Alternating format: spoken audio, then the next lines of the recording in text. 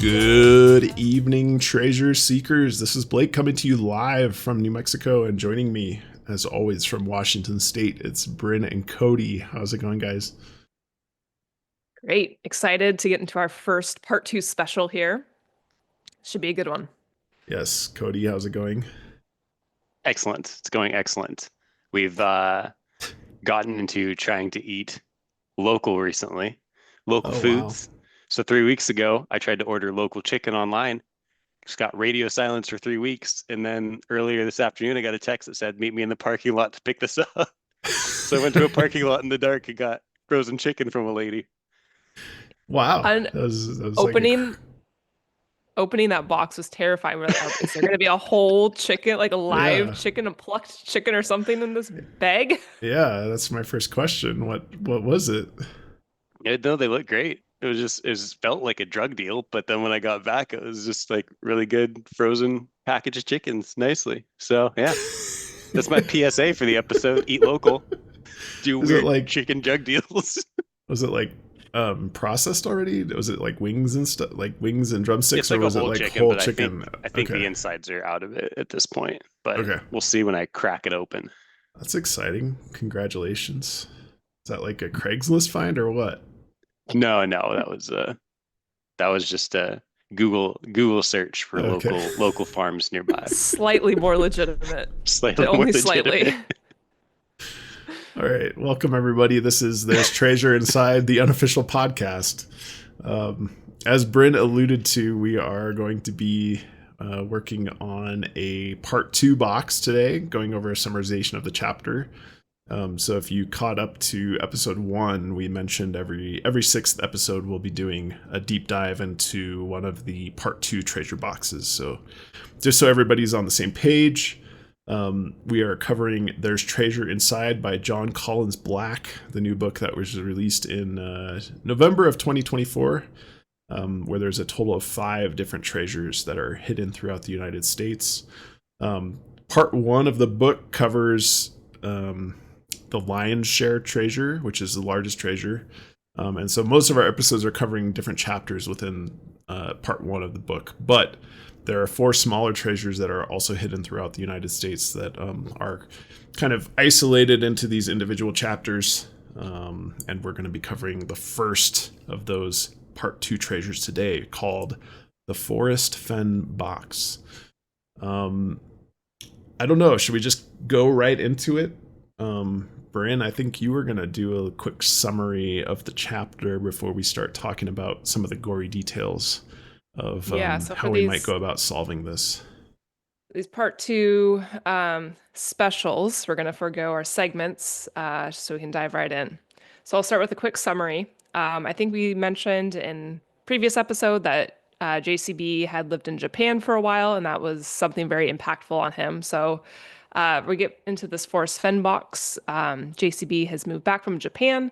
He's trying to figure out what he wants to do for his career. He's pretty all over the place, and he even considers treasure hunting as a profession. So he kind of gives out some thought. He's like, well, shoot, I'm gonna have to buy a boat. I'm gonna have to hire a crew. And so then he kind of just Googles what are some unfound treasures in the United States that are maybe a little bit more obtainable to him than having to get so extreme. And so he came across the Forrest Fenn hunt and decided that's what he was going to pursue. So he went full-time. This was his full-time gig in 2016, went down to part-time after that, and continued the hunt until 2020, when it was ultimately found.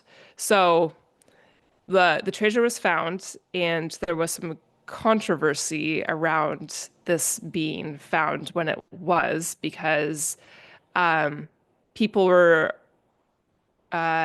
maybe skeptical that Forrest Fenn ended the hunt himself, because it ended just months before he died. And I think there was maybe an email, Cody, correct me if I'm wrong, documenting that he said like, oh, I hope someone's finding it soon or something along those lines. He had indicated that he was hoping someone would find it. And it ended up being found in a location that a lot of people had previously looked. And so people were speculating that maybe the person who found this treasure was pointed in that direction by Forrest Fenn himself. So the chapter just briefly touches on that controversy. Yeah, we'll dive more into that when we get a little bit farther into this episode, I think. But yeah, I think that's a good summary of the Forrest Fenn part of this. I think just the only other thing I want to mention, and I'll let you continue, sorry. The Forrest Fenn hunt, I believe, started at around 2010. Is that correct? So Jon Collins-Black started about 6 years after the beginning of that hunt when the Thrill of the Chase was published. And so just context into the Forrest Fenn and Jon Collins-Black involvement in that. He started 6 years after the initial the treasure hunt was started by Forrest Fenn. All right, sorry for that interlude. Cool. No, thank you. So how this ties in to this Forrest Fenn box, JCB bought some of these items that were part of the Forrest Fenn treasure in auction, and has now included them throughout some of his treasure boxes.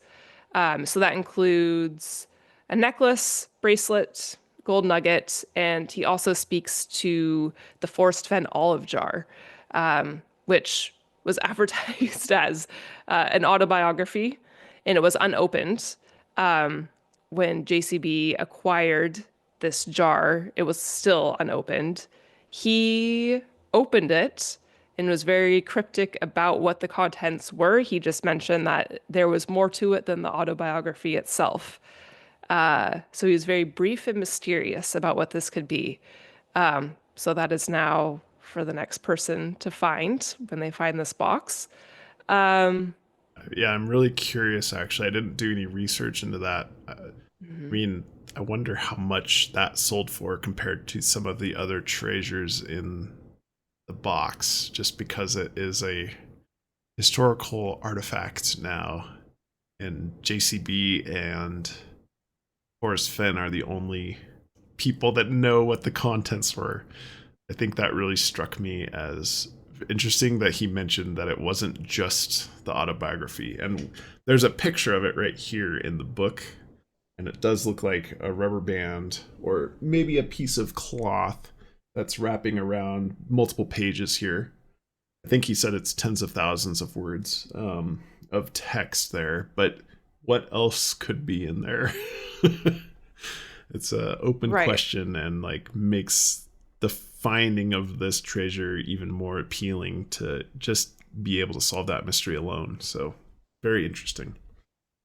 Very. Okay, so I get that kind of summarizes the chapter. It ends with, so as most people know, or maybe you don't know, the Forrest Fenn solve was ultimately hidden within a poem that he had written. And so JCB concludes this chapter with a poem that he wrote himself that he says contains everything that you need to know to find his Forrest Fenn box. And he wrote it in a very similar manner to the Forrest Fenn poem itself. So anything else to add? I don't think so. I think there's a lot of real estate in this chapter, which is a fairly short chapter, kind of like the other ones. I think the Pokemon box is a little bit longer chapter in this part 2 section compared to the others. But yeah, there's a lot of real estate dedicated to the image of the necklace that's included in the treasure, and the bracelet and the gold nugget. So it's very explicit in terms of all 4 treasures that were acquired from the original Forrest Fenn box are prominently on display here. We haven't necessarily seen that in some of our part 1 chapters where, for example, Tu Yet Nu Yet, there's 12 rings that are distributed across the treasures. We only saw maybe 4 of those, but in this case, all the treasures and from Forrest Fenn's original treasure are highlighted here specifically with a lot of page real estate, I would say. And to that note, we should mention, and again, this goes back to how literally can you take what JCB is saying. But the last sentence in the narrative before he ends the chapter with the poem, he says, everything you need to know to arrive at a fairly close search area for our hobnail treasure box can be found within my poem below. So if you're taking him, 100% literally, all the information for finding the box should be within that poem. But we've heard him say similar things, and then seen some evidence that potentially there could be more clues elsewhere in the chapter, elsewhere in the book, even. Yeah, no, I I think. think. Go ahead, Bryn. Oh, I was just gonna add in a couple other visuals that we should also speak to from the chapter. Um, there's also, we should note that this includes a commemorative coin, as all boxes do, so we don't want to pass over that. And then he also includes a picture of him and his now wife, Kimberly, somewhere in the Rocky Mountains. Quote So, unquote. Yep. yes. All right. I think you did a good job of highlighting some of the highlights of the Forrest Fenn treasure hunt, because I think that's obviously integral into this box, particularly the Forrest Fenn box. It's in the title, so that goes without saying, I would say. Is there other components of the Forrest Fenn hunt that we want to cover before we dive kind of into the poem that JCB wrote himself? I think the states, like, there was like geographical parameters as far as the states included in the Forrest Fenn hunt, which sounds like it potentially applies here as well. And those states being Montana, Wyoming, Colorado, and New Mexico. So that feels significant to include. That's really actually my first question to you Oh, guys. Do you think that it is in the same region that the Forrest Fenn treasure hunt was? Do you think it's limited in scope to Montana, Wyoming, Colorado, New Mexico, within the Rockies Mountains, somewhere there? I personally have not come to that conclusion yet, actually. So I was wondering if you guys had a different opinion on that. I mean, at surface level, it certainly makes sense that it would be in that same region if we're trying to, honor the memory of Forrest Fenn or his treasure hunt, that it would be in that region. But there's nothing really that's pointed me specifically to that, other than what you mentioned, Bryn, which is the picture of Jon Collins-Black somewhere in the Rockies. So your first so impressions, I guess, on whether you think we're limited to that space. personally, I do. I think this is very much inspired by his searching for Forrest Fenn, and I think, this quote itself. So right before we get into the poem, he says, "My poem is inspired by my own experiences searching in the Rocky Mountains north of Santa Fe. As you may be curious, I have traveled to all 4 states in the Forrest Fenn treasure search area." I don't know. I guess I personally think that would be very misleading to say that and then hide it elsewhere, but I guess that's totally fair. I just think for him being so involved in that hunt, I would imagine, and we'll get into it, the poem as well, but I think I could see this being hidden in a place that he potentially thought was a solve that he was going out to look for the treasure, and, thought it was a good, valid location and decided to hide his version of the Forrest Fenn treasure there himself. I think I landed somewhere between the two of you. So somewhere in the United I'm States. yeah, no, I'm expecting it to be in the Rocky Mountains or Rocky Mountain kind of fringe area. Um, I have not narrowed down my search to just like those 4 states from the Forrest Fenn poem. I've expanded beyond that to, like I said, the kind of fringe Rocky Mountain area. Um, if it ends up being like on the East Coast, I'd be like, oh, okay, well, I wasn't looking there. But yeah, I have expanded beyond just those four states.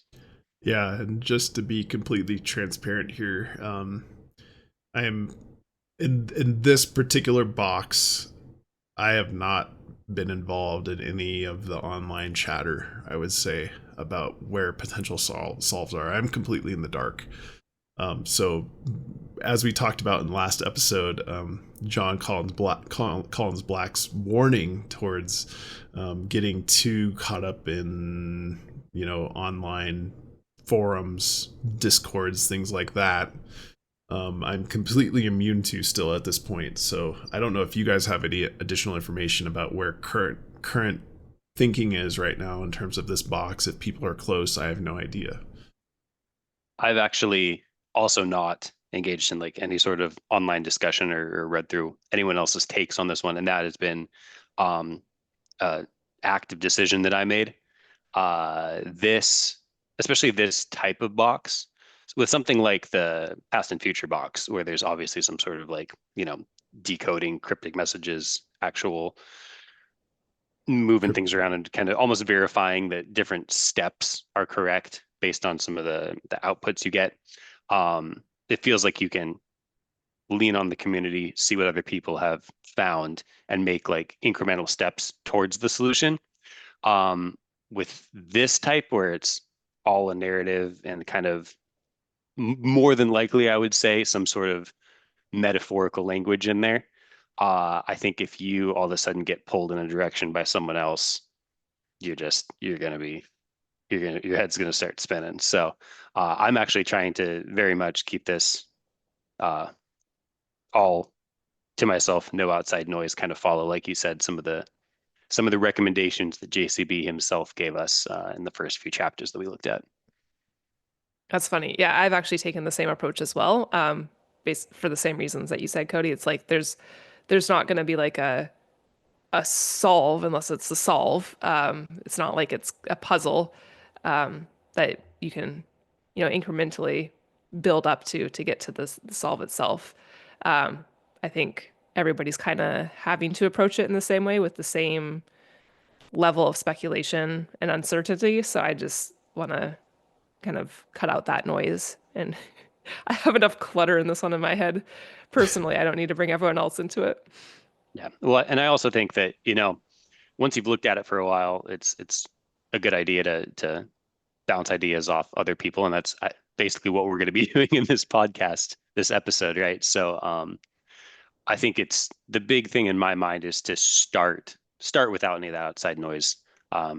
Get an idea of where you're looking, come up with some original ideas before you start getting influenced by other people. But I've been looking at this poem long enough now where I've probably almost got it memorized if I close my eyes and start reciting it. And I've got kind of what I consider kind of cool, unique ideas that are my own and original. And I'm ready to start bouncing those and see what other people think and integrate some other people's ideas and see if we can get closer together here. Yeah, cool. I think one important point here is there has not been a official solve for the Forrest Fenn poem to date, right? Full transparency again, I was not involved in the Forrest Fenn hunt. I certainly had read the poem probably within the first year that it came out, and I guess I wasn't drawn in by it. It was too abstract for me, so not a hunt that I was involved in. So it's kind of been just recently that I've looked into a little bit of background of the Forrest Fenn hunt, and I think you did the same thing, Bryn, but you looked for the Forrest Fenn hunt, right? And then ran into the same brick wall that's like, that's actually not public information that's been revealed yet. That's all speculation. So that's pretty interesting. The most obvious move would be like, well, what was the solve for Forrest? Try to apply it. And yeah, that was a mistake. Oof. Yeah. But JCB actually takes a lot of the same phrasing and some of the same wording from the Forrest Fenn poem, and then now it's getting morphed into something else. But if we don't know the solution for the first solve, and we'll get into this into the podcast, later into the podcast, but like, for example, the capitalized word brown, Jon Collins-Black uses that in the same form as was in the Forrest Fenn, but we don't have a solution necessarily. I've seen solutions. but we don't know that they're right because we don't know where the actual solve was for the Forrest Fenn poem. So certainly hands up, like there might be people in the community that are listening to this that might have more information than we do about the rabbit hole of the Forrest Fenn poem and have a lot more information about some certain solves for some of the stanzas or even a location. I don't know that. So full disclosure there. We're going into this pretty much as noobs, I would say. I think that's the same for all of us. Is that right? Yeah, and I so. think, is it correct that the location was not ever disclosed in a attempt to like preserve the the natural location itself, to not, You're, bring in hordes of people to ruin it? that's right. That's what I've read. That supposedly there maybe was a forest ranger, park ranger that Forrest Fenn talked to about the location and asked if it was accessible for traffic because there's going to be a lot of tourism associated with that for the estimated 350,000 people that search for the Forrest Fenn treasure that would want to go visit that site. And supposedly the park ranger said that that would not be a good place for that. So again, that's internet research. I don't know how trustworthy that is. But yeah, you're absolutely right. That's what I've read, at least. And then I just want to reinforce the idea that we've kind of been touching on a couple times here about the similarities between JCB's poem and the Forrest Fenn poem. So I think you guys already mentioned some of this, I think, but they're very similar. Both of them are 6 stanzas, 4 lines per stanza.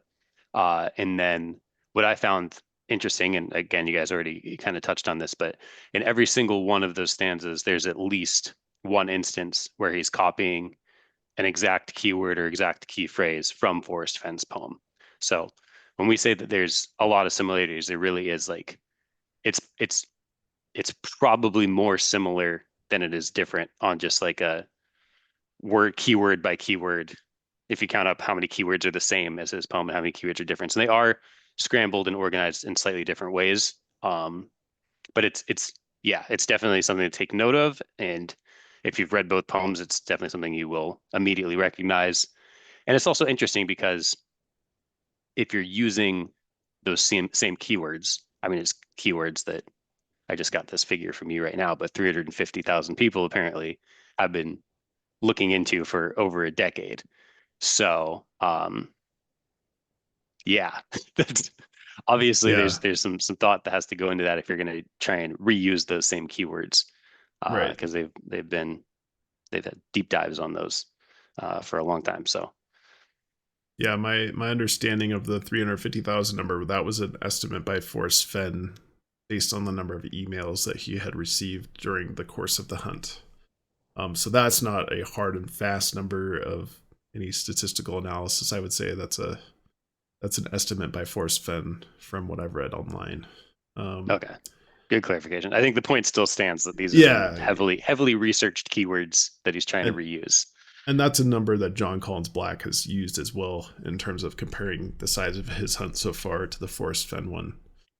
So that's not just a random fact I read online. That's at least being cited by others.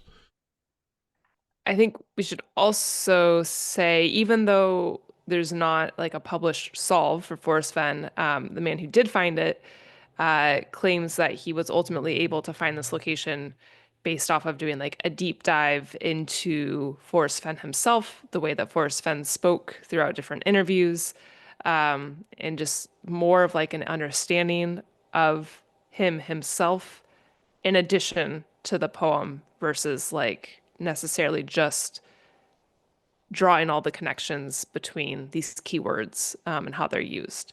So something to keep in mind with how this ties in with JCB himself as well. Yeah, I have another broad question, I guess. Just and I don't want to bring up the other treasures too much during this episode, but I am going to in this case.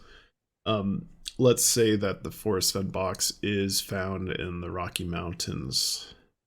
what do you think that means if that were the case for the other box solves, in terms of a lot of people are thinking, Lake Tahoe is a solve for the past and future box. Is that too close to the Rocky Mountains, in your opinion, that now that becomes an invalid solve?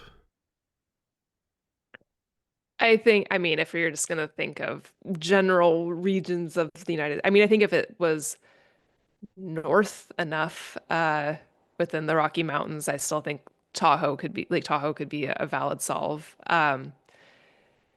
Or Yeah, east I mean, I enough. think, yeah, just the spirit of him wanting to make it accessible to every part of the country, I think would just be my gauge on, you know, I don't think they would end up too close. Okay.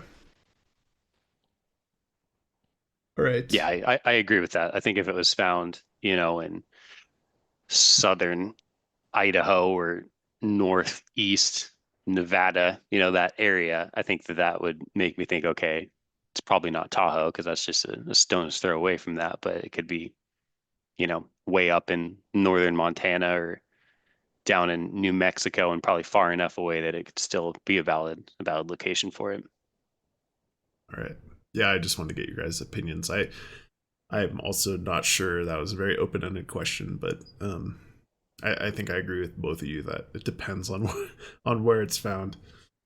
Um, right. Anybody else have other first impressions of this chapter or of the poem, I guess, before we dive into it a little bit deeper? My first impression, like when I was halfway through this poem, after having read the whole narrative about how he had been searching for Forrest Fenn's treasure, my first impression was just like, oh, this is definitely hidden wherever he thought Forrest Fenn's treasure was, and he was wrong. And he's Okay. just like, oh, well, I like my solve. I'm just gonna put my treasure here now and write a similar poem. So that was my gut reaction. Um, and I'd love to see if there's like any sort of if he was ever active online, like talking about his potential solves, because I think that would go a long way towards narrowing down some of his poem. I haven't found any of that to date, but that was definitely my initial gut feeling. Yeah, I wonder, going back to one of our earlier points, if he was active in forums or things like that, or based on his advice in the book, in the part one chapters of the book, of maybe avoiding some of that noise and quote unquote having faith, right, in his own solve. So curious to know, but I think that's a really good point, Cody. I also think it's going to be an interesting balance. As I'm thinking about what Bryn said a minute ago about how the person who found the Forrest Fenn treasure did a lot of research on Forrest Fenn himself, um, along with research on the poem. It'll be interesting if you're trying to do a similar thing with this poem. You'll need to do some research on Jon Collins-Black, but it's also based off Forrest Fenn. So it's kind of a balance of you got to do research on both Forrest Fenn and Jon Collins-Black, um, more than just saying, okay, we're gonna copy and paste what the other solver did with Forrest Fenn and just focus on Jon Collins-Black because he's already getting a lot of this information kind of secondhand or borrowing stuff from Forrest Fenn. Right. Anybody have comments about their approach to the poem? I know, Cody, you gave a good first impression about just 12 lines in. You were thinking like this is going to be Jon Collins-Black's favorite solve that he came up with during his 4 or 5 years working on this solve. Are there other first impressions on like how you would approach something like this? Just to speak personally, I think, as I mentioned, I was, I guess, turned off, or it didn't capture my imagination reading The Thrill of the Chase the first time, and so I kind of just took it in passing. But now that we're involved in this hunt, I guess my approach is just to think extremely metaphorically about what the lines could mean. As you mentioned, Cody, like the past and future box really captured my attention early on because it seems more tangible, in that maybe there is a series of, layers of that puzzle, that word search that's in that chapter, that maybe makes it more approachable, for maybe a scientific mind instead of a, metaphorical, or trying to make connections with flowery language, things like that. But how are you guys handling that? Yes. So personally, I mean, I guess, like I said earlier, I am personally searching within the Rocky Mountains and those four, Rocky Mountains and a little bit of buffer in the four states mentioned. Um, I can't say I have like a super logical approach to how I went into this, but I would say like would take my like metaphorical solve on a line or two that felt like maybe geographically significant, and then try to like identify what that could apply to within these parameters. And then I'm like, okay, if that checks out, then like what's another layer that I can cross-reference with that, and just see how many like layers of what I could make sense of, how deep I could get before I would hit a dead end. Which is obviously super dangerous because a lot of these things can apply to so many places. Um, so yeah, I'll get You, into a horseshoes and hand grenades at a later episode. But yeah, it's easy to get pulled in some dangerous directions. But I think once you can get snowballing with some momentum, it kind of unlocks other ways of thinking of, oh, well, maybe I should think of that line in a different way. Um, yeah, I don't know. I don't think there's a super logical way to go about this. Um, if there is, please tell me. no, I think I was a little bit irked by Cody's comment, that it might not be so logical in the solve, but I agree more with what you're saying, Bryn, about there might be a couple things that you can latch onto and then try to fill in the other pieces, even with this poem. That's going to be my approach as well. You were Sorry. irked by what? What did I say? Oh, I think I don't know. Controversy, I don't controversy. know the exact verbiage that you used, but you had mentioned the past and future box seems like there's a logical solve. But I think you still have to do a logical solve with the stanzas in this poem as well. I think Cody Yeah, was saying with the no. past and future, you could like what the community can be like, oh, we solved this part of the word search and kind of like Okay. incrementally build on that. And from what Right. we've seen so far with the word search, there's more of like verification. Like you get an output to your input that's kind of, I mean, the output just makes sense. You're like, okay, we think this is correct. With Okay. this, I don't think we're going to get like two stanzas in and everyone's like, all right, we all know it's in Colorado, right? And we're like, We all yes, now we'll agree just look in Colorado. what brown means. Yeah. Okay. That's more what I meant. Okay. So, No controversy then. I'm sorry. At risk of sparking more controversy, I'm now going to address what you two just said, which is that you're looking specifically for metaphors, which really surprises me. I guess my question to you two on taking that approach of starting with like ideas of metaphors is, I mean, there's already 12 or 15 something keywords in here. If you're going to treat each of those keywords as a metaphor, how do you keep it from just becoming a million possible solutions where, like blaze is in here? How do you can talk about a blaze being like a fire pit or like the marker at a campground, but then you could also get metaphorical and be like, okay, or anything hot or anything yellow and red. And I I mean, mean, at some point, everything becomes a potential. I mean, I guess I'm just rephrasing confirmation bias here at this point, but I if think you if that's where go it ahead. becomes really important to understand, like in the sake of the Forrest Fenn hunt, like really understanding where was Forrest Fenn coming from in writing this poem, whether or not it's going to be that deep into JCB's mind for his intention and how he's writing this. But yeah, I think that's where you have to like get to know JCB and like what is his intentions here. Okay. Yeah, it's gonna be more of a do as I say, not as I do, for me personally, because I don't know if I'm mentally capable of diving into infinite possibilities like you're saying, Cody. or if anybody is.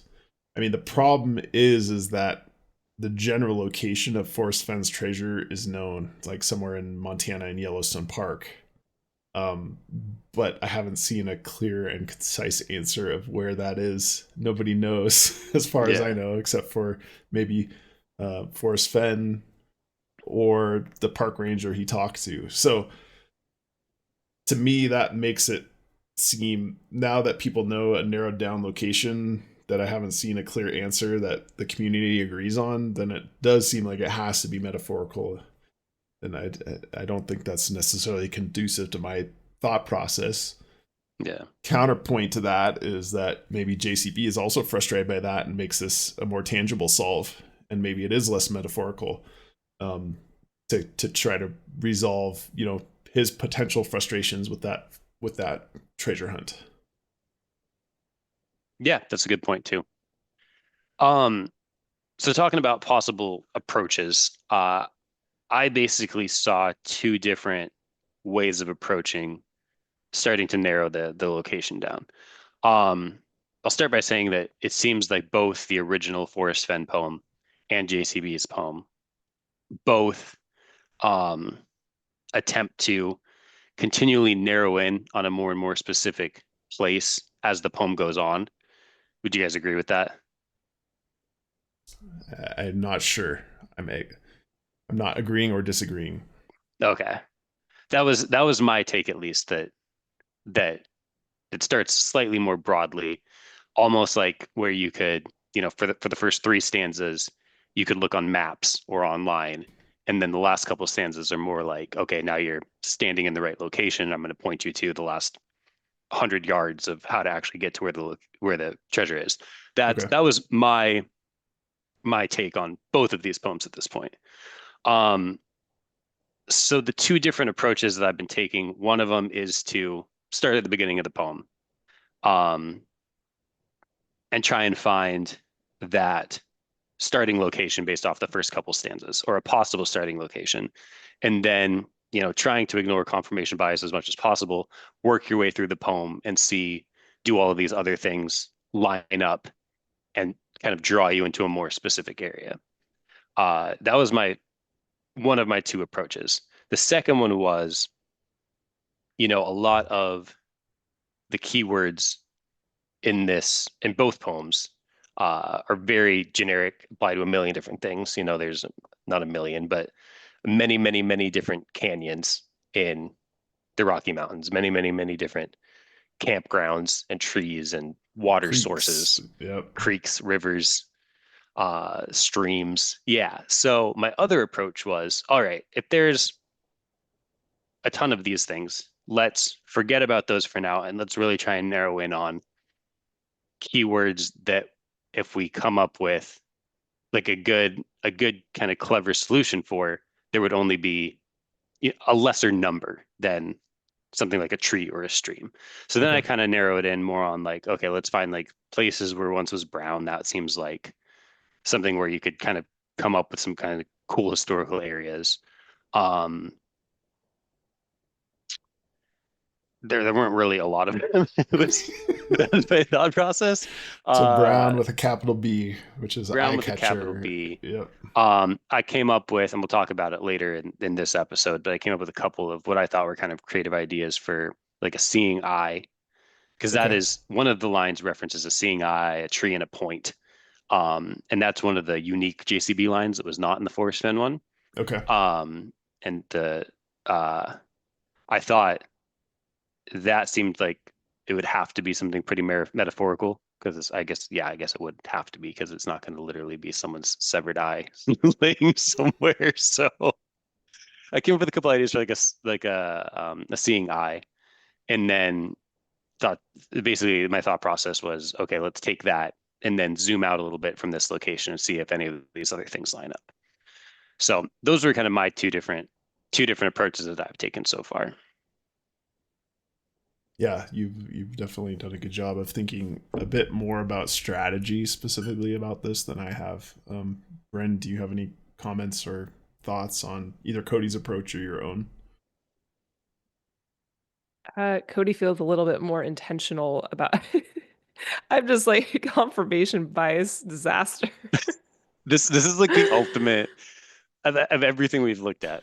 This is like the ultimate confirmation bias box because it's just so many not vague terms, but terms that could mean a million different things. And then it's just, yeah, you get anywhere with any sort of landmarks and you're like, oh, well, that can mean that. That can mean that. It's just the ultimate confirmation bias box.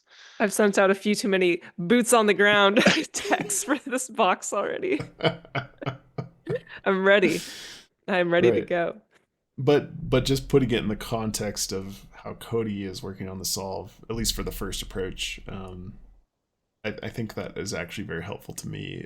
If you're thinking using the first half to try to narrow down a general location and maybe not worry about the second half until you get boots on the ground, for example, maybe that makes it a little bit more digestible in my mind. I like that approach. I do think it's interesting to note that he talks about him like on Google Maps trying to solve Forrest Fenn. Like he mentions Google a couple times, uh, and like how he's just like zooming in on these maps, whether or not that's him saying like yes, do this or no, do not do that. But yeah, I think I've been like living on Google Maps with this one. Yeah, zooming in, zooming out, seeing the proximity to these other things that could tie in. Yeah, I don't know if it sounds like Blake, you maybe haven't gotten too deep in it yet, but I think Cody, have you been in Google Maps heavy too? Oh, yeah. Very Google Maps heavy. Yeah. Yeah. But because he mentions it, though, it seems like if we just put in straight up keywords from the poem to look for trails, maybe that's too simple. Trail names or peaks, for example, maybe that's too simplified if he's pointing that out, right? So then it Yeah. is like, do you put in synonyms, or is it really just an examination of the landscapes and the roads around there? Not utilizing specific names or anything like that you're going to have to dive into. I think Yeah, it's I going guess to that's be, I think it's going to be a mixture of the two. Um, there's some things in here. I'm still kind of thinking about how heavily you guys seem to be leaning on metaphors in the poem, and I fully expect there to be some. I guess what's what's what's sticking with me is I think in my mind I can pick out what language would be valid to be a metaphor and what wouldn't. Okay. Uh, and maybe that's just something I'm making up in my own head, but like when he talks about heavy loads, metaphor, right? Definitely a metaphor. When he talks about parking his car off the side of a road, it's like if it's not a road, I'm gonna be a little upset. When he talks about like one of the things I wanted to ask you guys, because it was kind of one that kind of fell in between those two, was like following through a canyon. He says you have to follow through a canyon. If it turns out that he was talking, there is no canyon, I'd be upset. Would you guys be upset?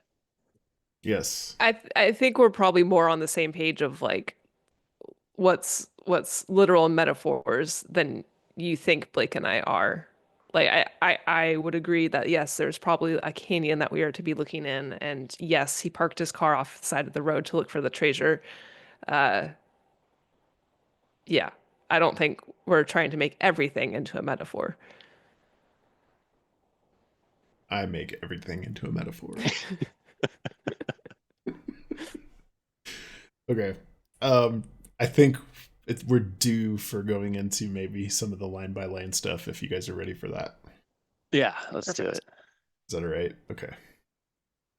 So yeah, I think we'll just take it stanza by stanza and look at what we've picked out as kind of our key pieces of evidence, our key phrases that our eyes went to as maybe the most useful is how I will state it. Um, Cody, do you want to kick us off kind of on this first stanza on what caught your eye? Yeah, I'll go ahead and start, and let me know if you want to format this differently than how I'm going to talk about it. But I think I'm going to mention like now. Well, now I'm just like so so caught up on what is and isn't metaphors that I think I'm going to touch on that. And Don't let then, us sway you. Sorry. all right. And then, like the stuff that I would identify as like obvious metaphors, maybe I'll give you kind of some of the first thoughts that come into my head. Sure. So for the first stanza, he talks about driving his car around, arcing off to the side. And then he talks about the location being somewhere where he had looked for heavy loads and didn't find anything. Um, I think that the location that we're looking for should have a road nearby. I think he uses the word cruised, which in my mind kind of indicates highway. I just think of cruising as like driving on a highway, not like driving on like a 20-mile-an-hour back road or a trail or something. Okay. So I'm kind of looking for, I think that if the solution came out, I would expect it, not 100%, but I'd be leaning towards expecting it to be like a trailhead off of a highway-ish type road. Um, and then heavy loads, that is a term that's pulled directly from the Forrest Fenn poem. That one jumps out as some sort of metaphor. Probably there's a lot in the book about like mining, so it could be any mining type of thing. And then I remember back from looking at some Forrest Fenn research that um, like trains, any sort of train activity.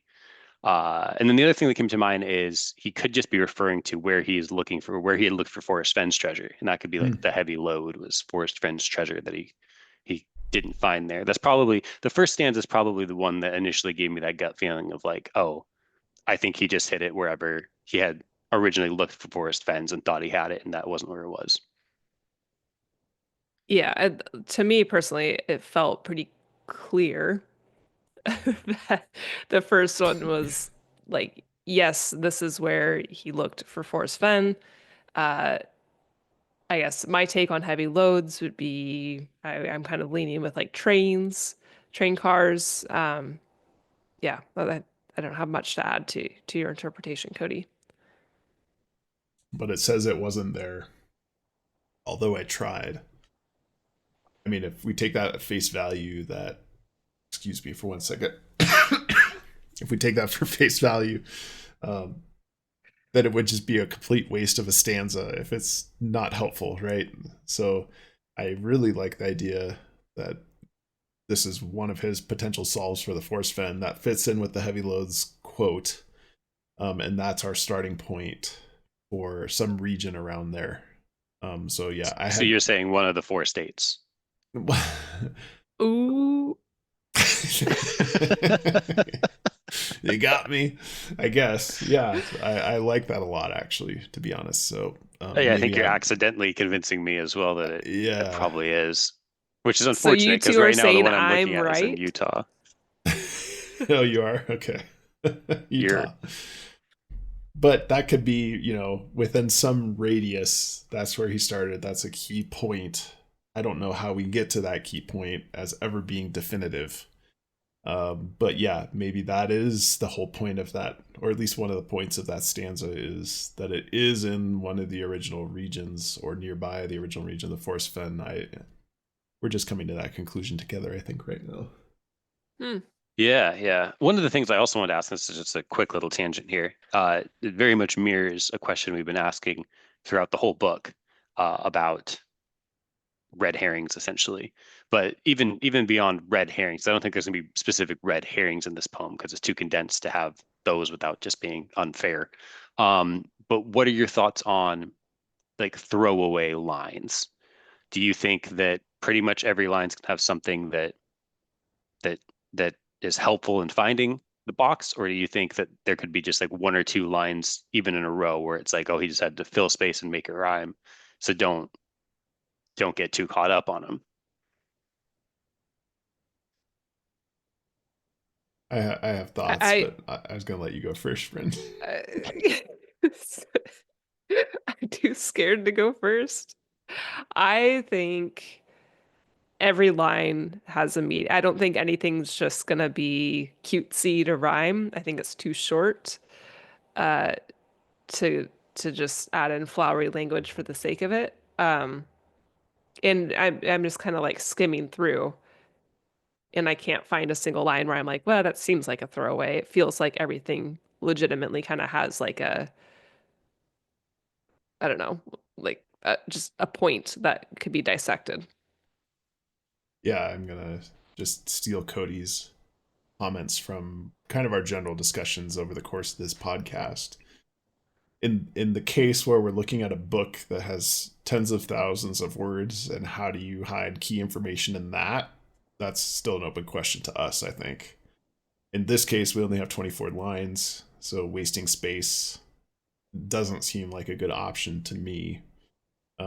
Red herrings, especially not in this case where you're Yeah, I using don't think such there are. limited information. But yeah, I would say there's probably a nugget in each line or each phrase that somehow you can pin back, especially with the understanding that when a box is found, I think Jon Collins-Black is going to give us a solve and reasoning behind those things. I doubt he's going to just say stanza 1 or line 3 was just for fun. I think there's always going to be something back, pointing back to evidence in there. How metaphorical, I'm not sure, but yeah, I'm under the impression that everything is going to be key, and at least at the line level, I would say. Hmm. I might have to challenge you guys on that as we go through the Okay. stanzas. Okay. Fair, fair. Any other thoughts on the first stanza? Heavy loads. Yeah. The one other one I wanted to mention for heavy loads that I thought was a good idea is electric loads. That would be like an electric like main electric grid hub, or like a hydroelectric dam or something, especially like a dam, because then you're already by the water and your streams, right?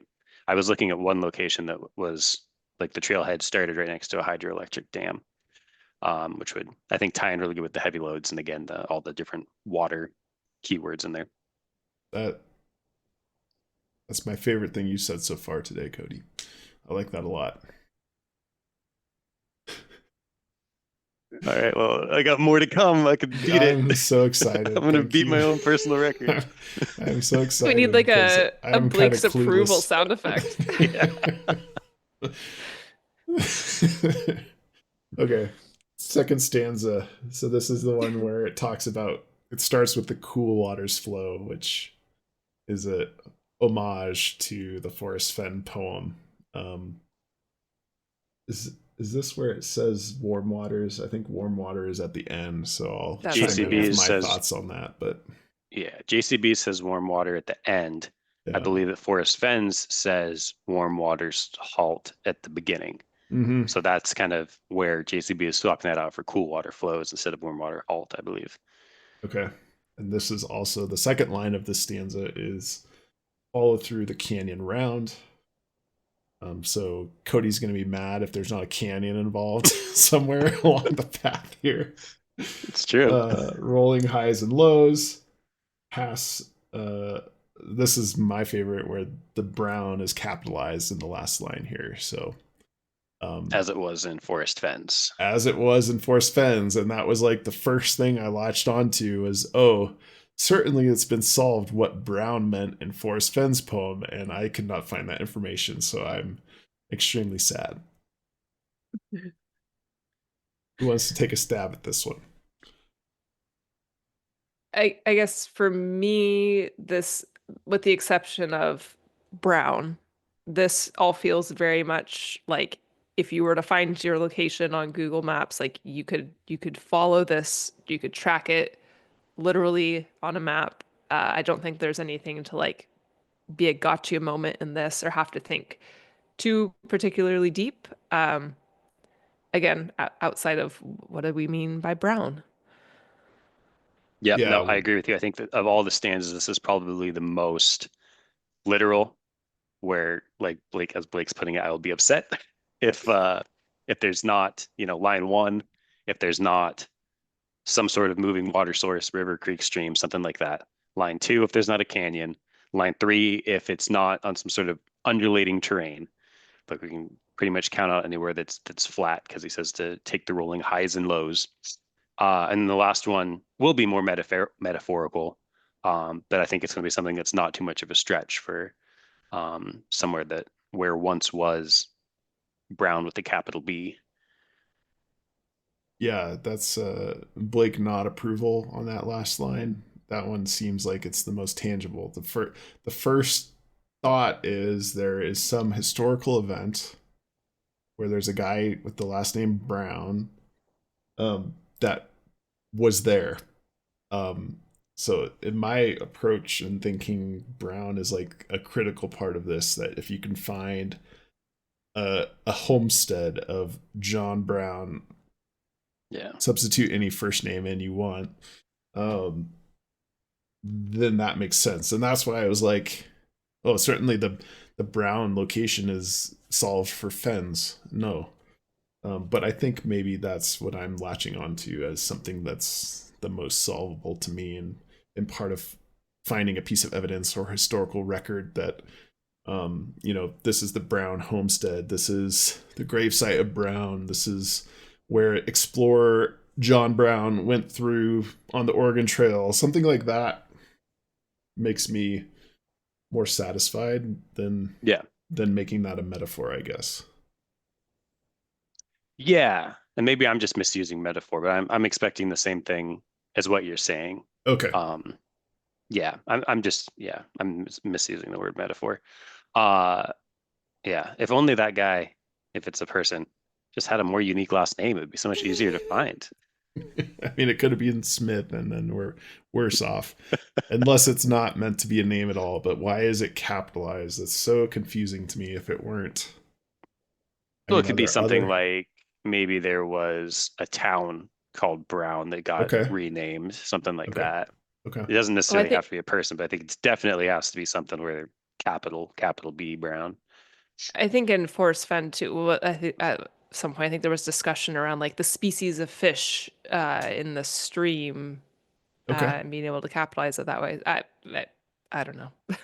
No, that's a Yeah. good point. I haven't done a deep dive into that to see, because this seems like it certainly could be something that has high chatter on online. What the Brown solve is, I haven't found Yeah. it yet. But maybe we're getting ahead of ourselves. What are some solutions for cool waters? Like, what is a cool water? To me, that just seems like it could be coming off high on a mountain where the temperatures are cooler. A glacier, for example. I honestly don't know status of if there's any glaciers in the search area. But there's got to be other solutions you guys have thought of why you would specify something as cool waters. I would be happy with any water source that isn't warm. I think because of the fact that later he mentions warm waters, um, I don't feel a super strong need for that cool water to be anything more than just a standard river, stream, anything really that's just not warm. There Okay. doesn't need to be some differentiation between what is the warm water and what is the cool water. Okay. But I think my baseline is all natural water is cool unless it is warm. Very logical For approach. for me, I'm taking that as like this is a stream that has like uh the headwaters, like something that's coming from a mountain, like snowpack melting. I guess I'm thinking this water is very cold, not necessarily just not warm. Like I'm thinking he's specifically saying like this is originating from, snow melt, glacier, something along those lines. How about the canyon round? Does that trigger anything with you guys? To me, it just seems like maybe you're looking for some sort of bowl, um, physical canyon instead of something I, that's maybe long and narrow. I don't know. that line has definitely killed a few of my dives. Okay. Because I think a lot of like the canyons, especially when you go with the river, like I am, like certainly that leads to like a long, narrow canyon that is running through. Mm-hmm. And so yeah, that is a big breaking point of like, well, what do we mean by this round canyon? Um, I I I don't care about the round part. Really? Yeah, I'd be happy with a canyon that any canyon really. I think in my mind, he really wanted to use the brown because he wants that from the Forrest Fenn poem. And so round is just his pseudo rhyme, and canyon's the keyword. I And think that's round is, I mean, irresponsible, very irresponsible. I think that's what my gut's telling me. My gut's telling me that no canyon's going to be perfectly straight. And if Well, it, of so, I course, mean, it's but just gonna, generally speaking, I don't think he's just using round as a throwaway word. I think it's, I don't want to say throwaway, but I think it's as close to throwaway as it's going to get. That's my take is if the solution is in a canyon, but the canyon just like veers off slightly and isn't a round canyon, I don't have any heartburn over that. That's a crazy take to me. I'm I full of hot takes. I I don't know. I don't trust you anymore. So yeah, Plus, I isn't didn't think round about. like, can it be, sorry, Blake, can it be like, I need to look into this before I make a fool of myself, but I feel like it can just be almost like slang for just like round there, you know? So It's Yeah. over around there. around there by John Brown's grave. All right. So I didn't even think about the rhyming part. That's how dumb I am about this one. I just looked up some rhymes for brown online here, and one that pops out is down. So Ooh, especially if we're considering canyon brown, sorry, canyon round, well, canyon down. Let me just read the line and follow through the canyon down. Like that thanks. seems like Oh a my way gosh. easier word to use than round. I think that's a great point. I think that there's like almost no chance now that it goes down because otherwise he would have just said that because it would have been a better poem. That's my Yeah, favorite thing you've said all day, Blake. thanks. Mine was later than yours. So yeah, I like that a syllable, lot. syllable. I'll just read a few just because we're going down this rabbit hole. I apologize. Bound, clown, crown, drown, frown, gown, noun, town. And then there is two syllable words as well. A down, back down. Well, he's just looking for one syllable though. You don't think you're gonna Yeah, get anything better than down down and the seems like that would be follow very through the easy. canyon down. Yeah. So I think that that's like very, very strong evidence that you're going flat or uphill whenever you're on that portion because otherwise he would have said down. He probably wanted to say down and just knew he couldn't. Okay. That's a really good take. I like it a lot. Solved. Well, Cody, but hold on. Cody, are you just saying that uh it's like what you were just saying it's not like on flat, like you can't say down, or are you acknowledging that you now think round is an important detail, or it No, was just I don't think round's an important detail, but I think okay, it definitely can't go down move or he on. would have We're said moving down. I on. think that round is a throwaway word because he couldn't use down. What's very interesting though is that the next letter or the next line talks about rolling highs and lows. So Yeah. there's obviously downs and rolling highs and lows. So why would you not feel comfortable using the word So down, which is a better word choice, if you're going to be talking about highs and lows anyway? There's a down component to that. Interesting. I Something to think about. Cody, are you thinking that this all is like leading to this is all speaking to a specific location? Because to me, this is like leading you on the path to get there. And I feel like you're comparing all of these things to like how this all fits together in one pinpoint. That's a really interesting question. I actually just wrote this down while we're talking to talk about, but now we can talk about it now because you brought it up. Um, what my question was just going to be, what's your gut feeling on the size and scope of the area from where the poem starts to where it finishes? I've looked at solutions where it's like 10 miles, and the first thing's, mile one, the second thing's like mile three, the next thing's mile five. I've also found, or I've looked at some places that were kind of unique in that they were like in cities and were like one city block, but it was like a park that you could definitely hide something in. And like it fit half of the criteria. I don't think it's right because it only fit like half of the criteria, but it definitely got me thinking of like, what if there's a place that is one city block obviously much safer because I know the Forrest Fenn, there were issues with safety and people actually like died looking for Forrest Fenn. I know it's something that was on his mind when he was writing the next poem. So what if it's in a city with like this 1 acre little park, but it has special spots where you could very easily hide something that no one would ever find unless they knew to look for it. Um, so the answer to my own question is I've looked through all sorts of different scopes from like 10 miles to small. What's your gut feeling? For me, I guess I take like everything in the poem as like, where could this trail be, for an example? I guess I keep going back to a trail. Um, and then if I can like identify a potential trail, then this first stanza would be like the trailhead. So talking about like him pulling off the side of the road, like that's him kind of getting to the trailhead, and then these following stanzas like walk you through the progression of the trail and your movements on that path to get to the treasure. Do you think your trail's limited to 10 miles? Do you think it could be like a 50-mile long trail? Well, I think because he it has says to in be the, within 3 miles of the road. but I mean, what if it follows the road? What if, I think because he's saying that he parked his car in the first stanza, and in the last stanza, or one of the last stanzas, talks about having to go back to his car.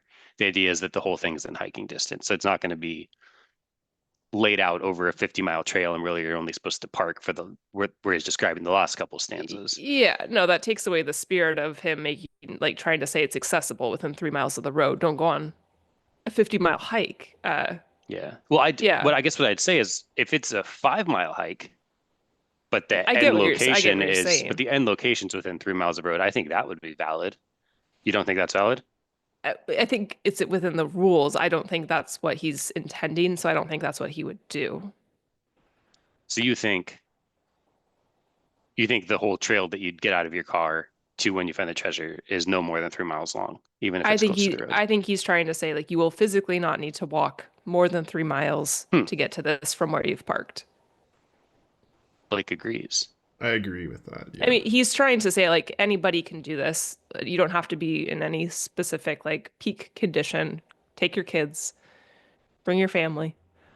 So yeah, I actually really like what you're putting together there, Cody, in terms of a window.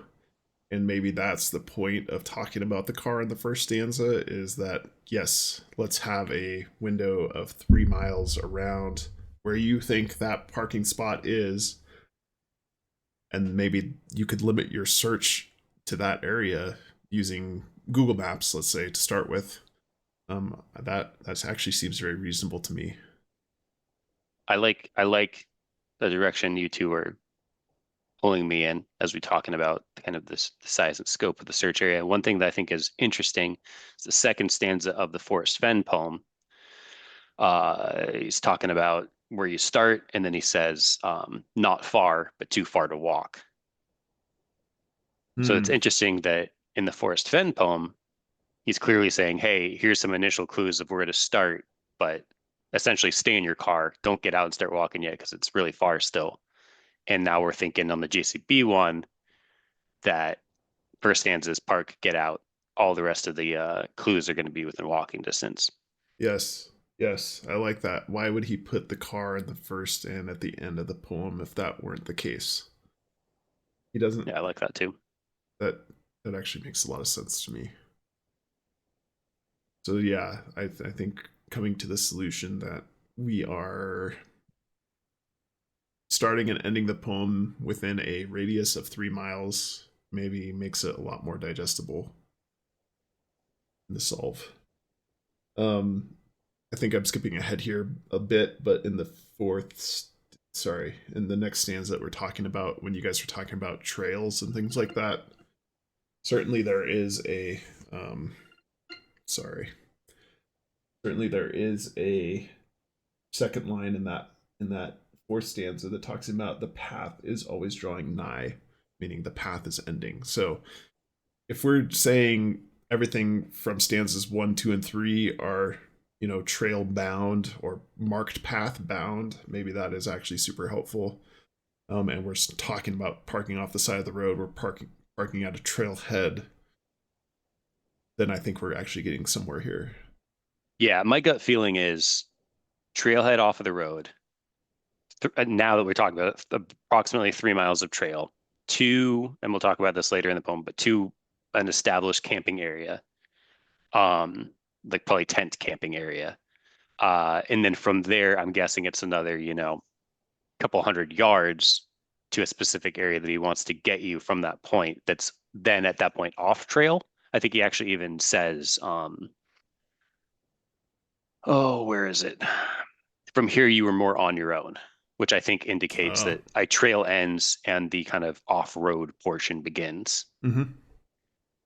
What's interesting though is I can't imagine there's a lot of tent campgrounds that are only 3 miles from the road. Normally, maybe it's just the kind of trails they have around here, but I feel like normally you hike quite a ways to get to like a backcountry tenting area.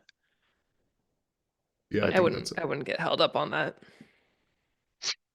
But All okay, right, what? if we're let's. going on Cody's theory that the highway is because you're cruising, then maybe you are limited to your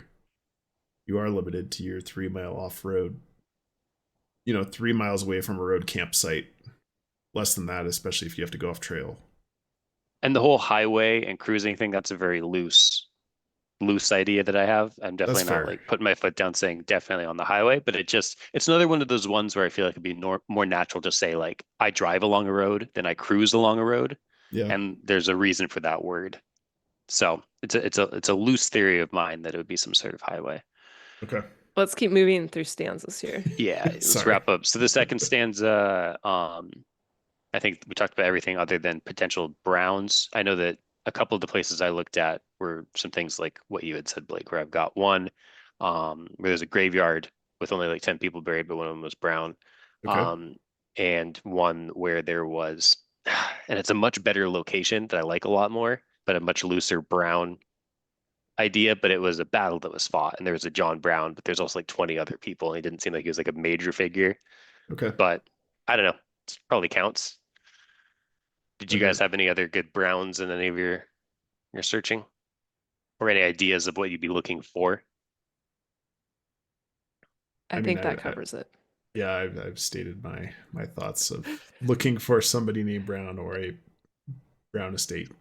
But yeah, Bryn, you're I getting anxious. Sorry. I think we're going to be talking about this for 3 hours if we don't move on to the I next haven't even talked stanza. That's about any of my okay. good stuff yet. That's a deep dive. This is gonna be a longer episode. Apologies, but don't listen to it all in one go. I suppose, audience, take a break. I don't Okay. feel it. I honestly don't feel a need to rush through this. So, Good, because a lot of the stuff I'm excited about is at the end of the poem, unfortunately. all right, Okay. excellent. I'll chill. Chill. Four, four stanza. If this is too long, come at Blake and Cody in the comments. Yeah, come get me. I'll say treasure. All right. Go ahead and send your complaints to tips.ttiunofficialpodcast@gmail.com. Okay. Focus, everyone. I think this honestly has been super helpful for me already. I'm really enjoying this. So Oh my God. I hope other people are getting some good thought processes out of us fighting through this. So I'm excited about this. I mean, I think for me, it's like things that I just took as like fact non-negotiables. Like it's wild to hear that like you were thinking about it differently, Cody. Yeah, so it's been very Think outside the eye-opening. box. Yeah, a lot of good information. You just got to take a vacation day from work to listen to the whole thing. Okay. So here is where we were transitioning to. So I think you're right, Bryn, that we should talk about these things instead of skipping ahead. This is the part where it says you're more on your own. Here's where I said the path is drawing nigh. And those two things, actually, what we just independently said between Cody and myself, actually make a lot of sense here. That this is where you're off trail. The compass points now towards the home. Thoughts on that? Well, I think it's in conjunction with the last line there, right? Because it's the punctuation it's just one complete sentence. And overall, I think this is one of the most important sentences in the whole poem. Okay. So it's the compass Yes. now points towards the home of point and tree and seeing eye. So a point, a tree, and a seeing eye. What are your guys' thoughts on I mean, I that? think I think seeing that, eye. Oh, sorry. no, go ahead. Seeing eye is like the most. I feel like point and tree you could really get wild with like applying that to a lot of things. So I think you kind of have to identify seeing eye first. And I For me, disagree. okay, Uh, for me, for me, given the context of like I personally have like identified the Rocky Mountains, seeing eye, the first thing that came to mind. I don't know why this is so funny that we're just all in disagreement. Um, like a fire lookout, is what I originally thought. Like seeing eye, being up above all the trees, being in a fire lookout, using a lookout within this geographical area seemed pretty Oh, applicable. Um, so then, yeah, I mean, I guess I haven't gotten in it deep enough with a specific solve to be like, well, this is exactly how this then relates to point and tree. Um, but yeah, I guess that was my take on seeing eye. Go ahead, Cody. the point that I was disagreeing with is when you just wanted to throw away the tree part and point part and No, say, we'll just say, hey, that could be anything. I think that because that was my I first think thought you too. can't start with those, You is can't what I'm start with saying. them. Okay, I agree. I totally agree with you then. I guess my first thought was, oh, let's just find a seeing eye and we can make anything into a point in a tree because you're in the Rocky Mountains. There's a million points, a million trees. No, But no, I no, no. think that because, and I think, yeah, we're agreeing now. But I think because he picked out those two words specifically, it can't just be, oh yeah, well, there's a tree up there too amongst the forest. I think it does need to be something specific that's a tree and something specific that's a point. I also think Correct. that the compass points thing, unless you guys think differently, I would imagine the consensus is that just those three landmarks are north of wherever you are. that's my first take on it as well. This compass is Yeah. always pointing north, right? Yes. So I'd be looking for, yeah, a trail that's south of those three things. It points now towards the home of point. Why would you use point twice? One for the compass needle, one for a point of a lake where land is jutting out onto a point. Maybe there's a single tree or something there. I really like your idea, Bryn, of the fire watchtower. Honestly, Hmm. I did not think about that at all. So I like that. Hopefully, it's not a rabbit hole to go down, but I like that as one potential solve. One thing I that will say I was using that as kind of like a starting point for there's Yeah, so many, so it's hard, but like a starting point to at least kind of look into a few spots. one thing that's really interesting about that those two lines, that sentence, um, and it relates to what we were just talking about the size and scope of the area you're working in, is the idea that this is the compass points now, which would indicate that it previously didn't point towards those things. Um, so I guess, nah, yeah, I guess as I'm thinking about it, well, no, because even if you change direction, the compass would have always been pointing north, right? hmm So those three landmarks, the point, tree, and seeing eye, if we're taking this all very literally, they'd need to be in a pretty small area for you to be walking a maximum, as we decided, of 3 miles and have those three landmarks go from not being pointed at by the compass to being pointed at by the compass, which is a frustrating thing to say because my favorite place I was looking at right now had I was really focusing on this line because I thought this one thing would be difficult to find a spot that had those three things lined up. And I had a mountain, not even a mountain, but a peak called Cedar Point, which is my tree and my point. And then just north of that was a rock formation called Devil's Eye. And so I felt really good about like, and they were like aligned north, south with each other. And I was like, oh, I really like this. And there's all sorts of trails underneath it.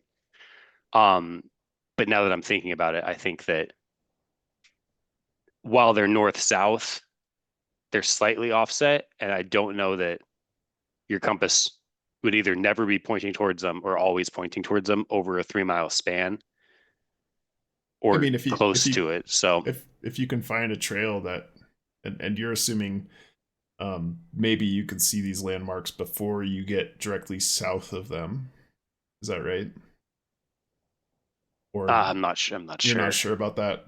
But regardless, if you have a couple landmarks already figured out and there's a bend in the trail and you're walking like perpendicular, let's say your landmarks are here, you would walk, walk, Hmm. walk, walk, walk until you hit that point, and now the compass is pointing at them. Yeah, I think that the whole idea though was more zoomed out. You'd have to probably go like 10 miles for them to like come in. Like I think they're like 3 miles away from each other essentially. Oh, okay, okay, It's hard to describe it. Basically, in order for it to work, I had to be kind of zoomed further out than this, limiting ourselves to 3 mile of trail. It would be more of like a 10-mile hike probably to get out of range of them kind of being okay. directly north to in range of directly north because it's just looser tolerances. All right. And towards the home of point entry and seeing eye, the home of that makes me think that it would be a bit closer in proximity, particularly visually. If it's the home of point entry and seeing eye, the home part is kind of throwing me off. But is that a rhyme again? It is because of own. Yeah, I wouldn't get So okay, I don't get didn't caught get up. too caught up on home. All right. Um, some things that came to mind for me, similar to Brent's Firewatch, I looked at a couple of trails that were south of like observatories. I thought that was kind of a good seeing eye.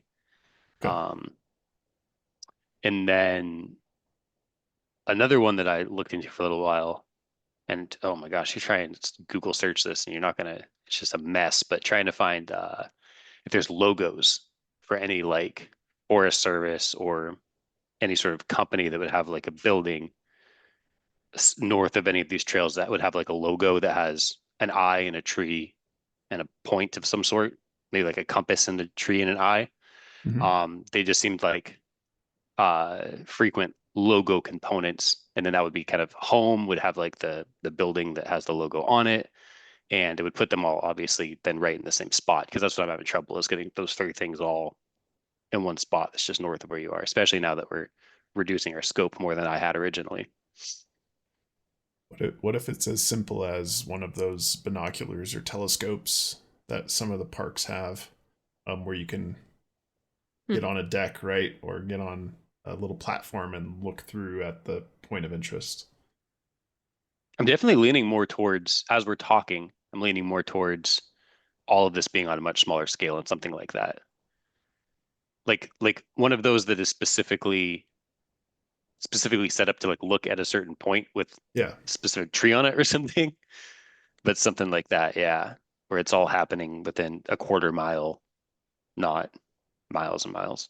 right. And the telescope, if we're going down that route, doesn't necessarily have to look at any of the things that were mentioned here. It just means that it's, maybe situated near a lake or a river where there's a point. There's some sort of conspicuous tree associated with this, and then there's a seeing eye, telescope. All of those in one location around what I'm picturing as like a little park building or something like that. Even that might be too simple, but kind of the direction my mind is going right now. No, I like that a lot. One other thing I'll mention, 'cause I was thinking of it as we were talking about our last couple things here is um, the importance of making sure that when you create a poem and treasure hunt like this, that the things that you're referencing are permanent. Um, or if Yes. not permanent, like at least very well documented that they existed at the time of the book. That's something I've been thinking about.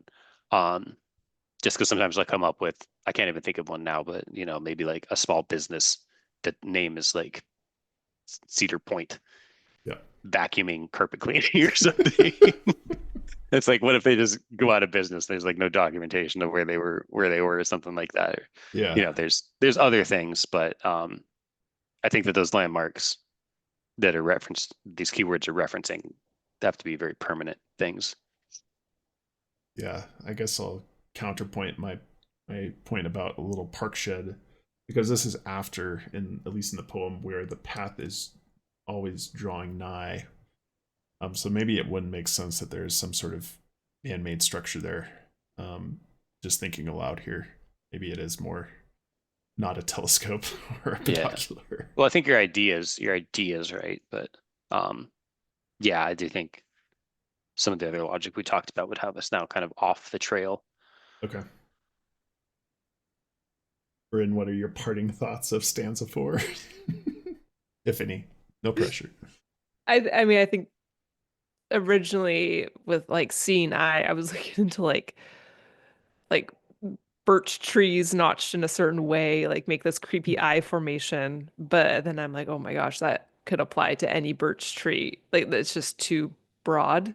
Um, I mean, also kind of what Cody was saying, like there has to be some level of it being permanent too. But I guess the counterpoint to that is the Forrest Fenn treasure. I think at one point he was asked about like the status of what that box would be in, and he was basically said like, "Oh, I don't know."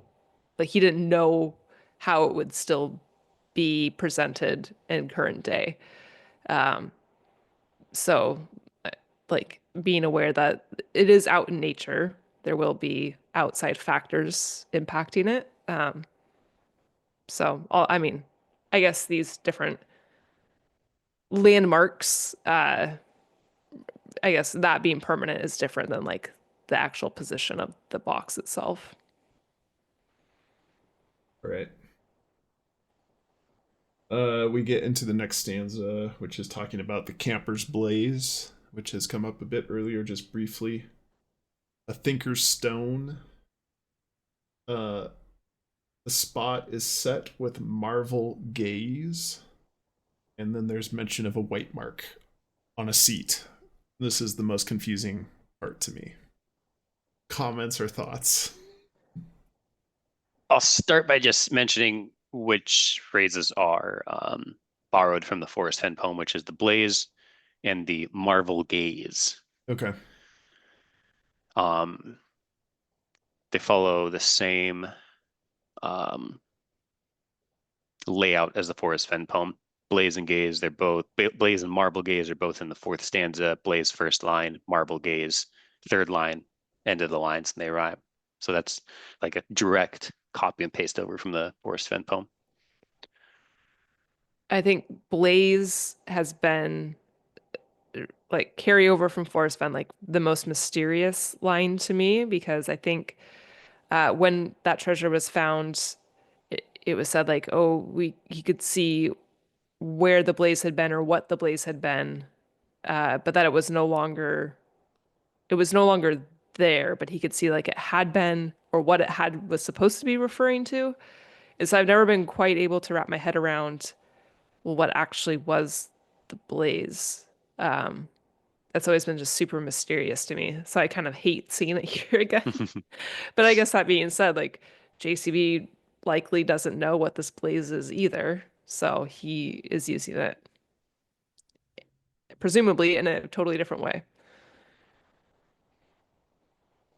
Yeah, the only thing that kind of caught my eye in this part was the thinker's stone. And I think you had mentioned it, Brent, about the philosopher's stone, or maybe it was Cody, but I also looked up what a thinker's stone is, and supposedly it's another term for sodalite, which is a type of rock or mineral that I believe has a blue hue to it. And I think it also has some reactivity to like UV light as well, that it will glow. So Really? this seems like it might be a very useful piece once you get narrowed into the right area that you're kind of looking for some sort of blue stone to me. I know you guys were kind of one of you was taking a different direction of processing a stone to become a philosopher's stone, something like that. But I'm just arguing that there is also kind of a formal definition of what at least sodalite is, which is also known as a thinker's stone. I like that a lot. Which I'm definitely gonna look into that. ties in nicely with chapter 1 in the ultraviolet rays. It does. It does. So Blue. Okay. Super interesting. yeah. So if you guys don't mind, let's do this line by line real quick Yes, because no I think problem. there's a lot in this one. So Camper's Blaze, Bryn, I think already gave her input on that. My thoughts are either like a camper's fire pit, like a well-established fire pit, or I think they call them blazes, like the markers for a campsite. I think that's more what I'm leaning towards, is the markers for a Same. campsite, especially since at this point we're I think we're leaning pretty heavily towards this being like the end of a path. So you'd think, all right, there's your campsite, campers blazes. Now continue past that. Um, that's what I would be expecting to see if we just like if a solution was published. That's what I would be kind of expecting. What are your thoughts on the blaze, Blake? I was just taking it as a campsite. I actually didn't think about the alternative definition of blaze for the. You're saying that's like a signpost or a marker? That was my take. It's like the actual, like when you get to a campsite and you have like the little sign on a post. Like that's what I'm taking Oh, as campers blaze in this okay, specific scenario, whether or not it's supposed to be more, I don't know, mysterious. okay. Yeah, I didn't put much thought into blaze. I apologize, Cody. That's sorry, you're forgiven. I Uh, gave you the soda light factoid. no, yeah, the soda light might be my new favorite thing you've said all day. I had a bunch for the Thinker's Stone, and it was all um based on the Philosopher's Stone. I think when I Okay. first looked into Thinker's Stone, like all the search results were Philosopher's Stone. And I think it would make sense with like the cadence of the poem that Philosopher's Stone's too many syllables, so we just had to say Thinker's Stone. Oh, okay. It's Okay. my take on it. So here's some of the things I got on Philosopher's Stone. Um, I did some reading into it, and there's like a number of like lesser known things that the Philosopher's Stone can do, and I think that any one of them could like could be interesting in relation to the poem. And I especially like, I think the last one, and actually the last two, and actually the last three of my points here. And so some time looking at all three of these. First, the first two I'm less interested in, but Philosopher's Stone can create burning lamps, which made me think, okay, what if it's somewhere dark? To back up a step, I think that the Thinker's Stone, Philosopher's Stone thing is definitely important because it's like a very obvious keyword that didn't need to be in there. It's not a copy from Forrest Fenn. He added Right. that. So I think it's gonna play a role. And it wasn't part of a rhyme, so he wasn't like forced to say something weird. Like this is I think it's a really key part of Well, the poem. and the line, I think her stone is all you need. Yeah, yeah, exactly. So I think it's as far from a throwaway line as possible. Um, so one of the things the Philosopher's Stone can do is create burning lamps. So I thought, okay, what if you end up in like either a darker area or like a cave type thing? That's an idea. Another thing it can do is revive dead plants. So I thought, okay, what if this is a place that had like either like a landslide area or a forest fire area, and there's a lot of like dead plants around. Um, I don't love either one of those. But then the other three things I found that it does, I was more interested in. One of them is that it can create flexible glass, which is interesting because I had already spent at this point like an hour searching for observatories. Hmm. So I thought those kind of tied together. I still don't love that one. Um, the last two I really like. And by the way, these five things are like five of like I think seven things that were listed on the Wikipedia page for Philosopher's Stone that it can Okay. do.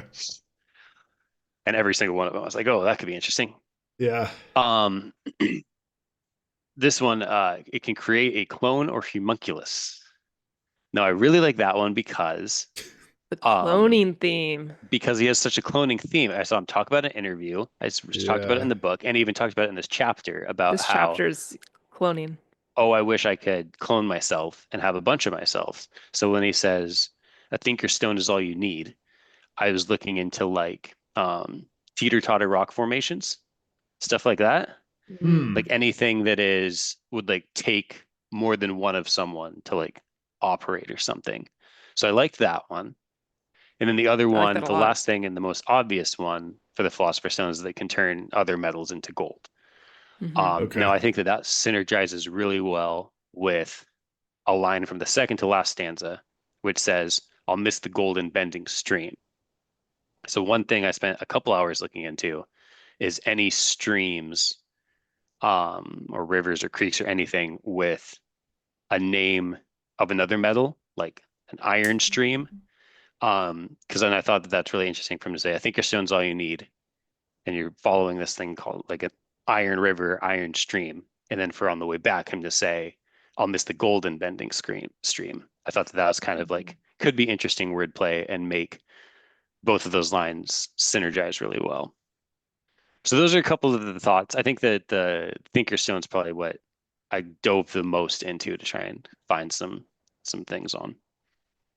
I like No, that a lot. that's I gravitated towards and honestly didn't really look past the like, yeah, turning something a simple metal into gold, and kind of figured, oh, that's the intention. But the cloning thing, I had flagged that just in the chapter contents is like, I think a couple times he calls out the cloning. Yeah. yes. Yeah, I really like that, and I think that deserves a deep dive in itself. Yeah, I like that idea too. And then the only thing I could come up with, I didn't spend a lot of time thinking about it, was the teeter-totter rock formation. But if you guys can think of anything Hmm. else where it's like, all right, you get to the end of a trail and there's something where it would benefit you to have multiple people, Right. that's kind of Yeah, what I we mean, I have guess to just figure out right off there. the bat, I'm picturing like two people needed to like lift, I don't know, lift something to be able to get past it to access. But yeah, Yeah. I'm definitely gonna have to give that some thought. That's super Yeah. interesting I'm because I just think thinking of like those giant redwoods where you like hold hands to measure how wide it is. Something like that. That's kind of dumb, but let me think on that as well, Cody. That's a really good tickler for the mind. Yeah. But also, we have to go back to thinking he was very concerned about safety. Yes. So Mhm. it's something that multiple people are needed to do, but is also not unsafe to do when you're by yourself off trail at this point, Right, right. So yeah, I'm which kind of thinking narrows of it down a little bit. a stream crossing where you need to like help each other. Like that's probably completely off the books. Probably, yeah. And then the last line of that is the white mark on the seat. Yeah. Um, this one I've I did a little bit of looking into on a couple of potential solves where I got this far into it. I'm chalking this one up to something you won't know till you're there. I'm chalking it up to a boots on the ground clue just because I don't want to deal with it. Yeah, for Chalking. me, I Ooh. I haven't I haven't I agree that it's something that I think you probably just see it when you're there. I guess in one of my potential solves, I found it was called Whitetail was like the name of a location that was of interest to me. And so I thought, well, maybe like, a whitetail deer, uh, that location being named after whitetail deer is maybe how that comes into play. But then that felt like too zoomed out for this point in the poem. I feel like it has to be something pretty specific and location based. Yeah, the seat is what really throws me off. I'm not quite sure what to make of that at all. I don't have anything to contribute other than that seems very strange to me because I don't think that's part of a rhyme in this case, right? It was The seat is, need, yeah. need, and seat. And so seat is very specifically picked for some reason. And maybe you're right. Maybe both of you are right that it's a boots on the ground hint that's very specific. And seat is just one of those words that can sneakily mean a lot of things. Oh yeah, yeah. No question about that. Well, that's how I ended up at a deer's butt. So, Yeah, well, it's better than my guess, which was non-existent. So good.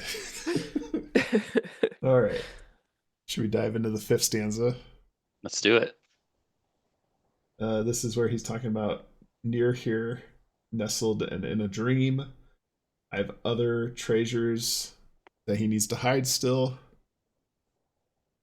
Miss the golden bending stream, which you have brought up as a nice connection to the Philosopher's Stone, and go back to my ride, which is very strange and out of place, but I thought that's so fine. too. Thank you. Okay. but I don't have any insights. I'm just learning a lot from you guys. So who wants to I can't start on tell. that? There's some stuff that seems like weird phrasing or just like weird choice of words, Yeah. and I can't tell if they're weird choices of words because he had something very specific he wanted to say, and he was kind of just bottlenecked into saying these weird words, or if he would just if his normal poem would just be all full of weird words, but then he just stole so much or borrowed so much stuff from the Forrest Fenn poem that like that stuff seems normal and his normal strange words stand out. It's hard to tell. Yeah. This seems like the most throwaway line, right? I have other treasures left to hide. That's the one I was going to challenge you on when we were talking about Okay. Okay. there's no throwaway lines. I'm like, I got nothing from that. I have other treasures left to hide. Yeah, And the that's true. weirdest part is I can almost see that if there's like a really important rhyme on like the associated line Yeah. that he just has to say that so that he can get his other really important rhyme off. But then the rhyme is having to go back to his ride. So like both of those together, it's like all we really get out of that is, what we had talked about where he's probably parking within walking distance, then going back to his car. But to lose two out of the 24 lines to that, that's where I challenge you guys on everything's important. Okay. Okay. I can be converted pretty easily on that. I must go back to my ride. My ride. That could The mean. But I mean, I think we spoke earlier to the significance of that, as that helps us understand like an out and back trail, the proximity to a parking lot. Yeah, no, I think it's the line two, the other treasures left to hide part that I think is a throwaway line. I don't know. I mean, I think maybe once these treasures start to be found and like we can start to figure out more relation between them, maybe that being able to identify this as being one of the first treasures or a not the last treasure to be hidden. I don't maybe there's some significance to that. I wouldn't necessarily I agree that it could be throwaway, but I also am not ready to say it is throwaway because I think there's just a lot we don't know. It's that line in the round canyon. Throw them away. That's insane. How Don't get me dare you? started. How dare you? One thing to note, the last line in the stanza, he says, I must go. And that is copied phrasing from the Forrest Fenn poem, which is on a different line, but also in the fifth stanza where he says, I must go. Okay. Line one, where he says, nestled all in dream. I'm thinking that is a type of plant. Sounds like there's at least two different plants I found that are native to the Rocky Mountains. And actually, one of them is really nice because it's native to just like a small part of the Rocky Mountains. Um, when it says nestled all in dream, I actually take that less metaphorical than I would guess a lot of people do. And I think that that's literally nestled in a plant called dream something or something dream. Hmm.